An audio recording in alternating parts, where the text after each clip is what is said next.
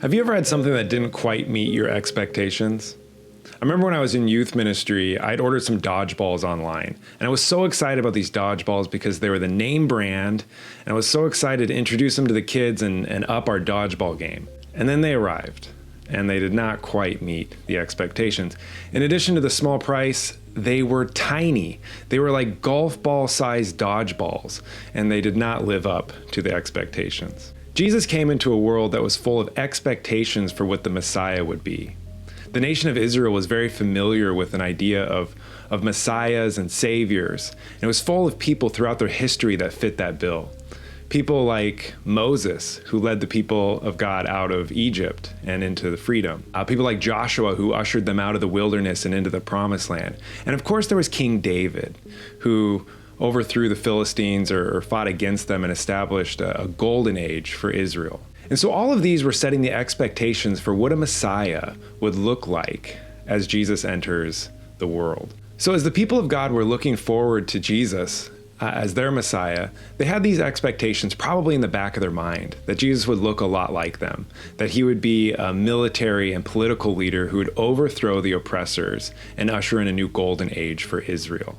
So the people of Israel were looking forward to that future Messiah, and they assumed that he would look a lot like the Messiahs from the past. And so they break out the palm branches and the big expectations. And the palm branches are significant. Palm branches became a sort of national symbol and identity for the people of Israel. They were used on coins and in celebrations. They have history in both the Old Testament, but also in the nearer time to Jesus. Just before Jesus, there was this line of rulers called the Maccabees. And they were kind of the big deals and the most recent version of kind of a Messiah or a savior. The most famous of these was Judas the Hammer Maccabee. He was a priest who became a warrior and overthrew some of the Greek oppressors to the east. And so when they were looking forward to Jesus coming as the Messiah, they brought the palm branches out and they were ready to celebrate. However, things don't go quite as expected. First of all, a donkey is not quite a war horse. The people of God, as they were cutting down their palm branches, they were probably expecting a slightly more triumphant entry. Going into Passover, this was always a time where the people of God would perhaps get a little rowdy, especially in Jerusalem. Can you imagine if the United States of America was not a free country and it was like the 4th of July and you were in Washington, D.C.? That's kind of how it was like in Jerusalem around the time of the Passover. They're celebrating the time when they were ushered out of bondage from Egypt and celebrating their freedom in their capital.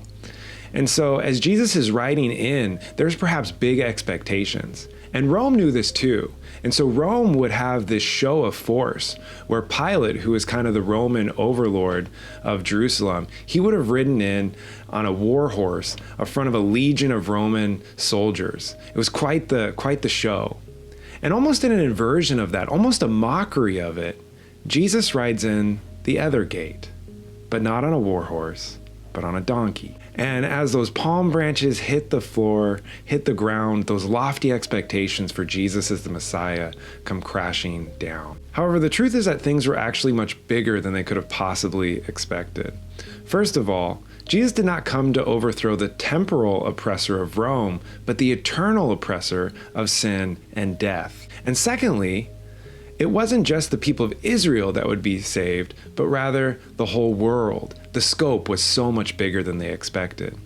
There's actually a prophetic irony to the words of the Pharisees at the end of our text here, where it says, "See, the whole world has gone after him." You see, it isn't actually that the whole world has gone after him, it's that Jesus has gone after the whole world. That he ushers us all into the freedom and fullness that is found only in and through resurrection life, and you are invited to participate in that life.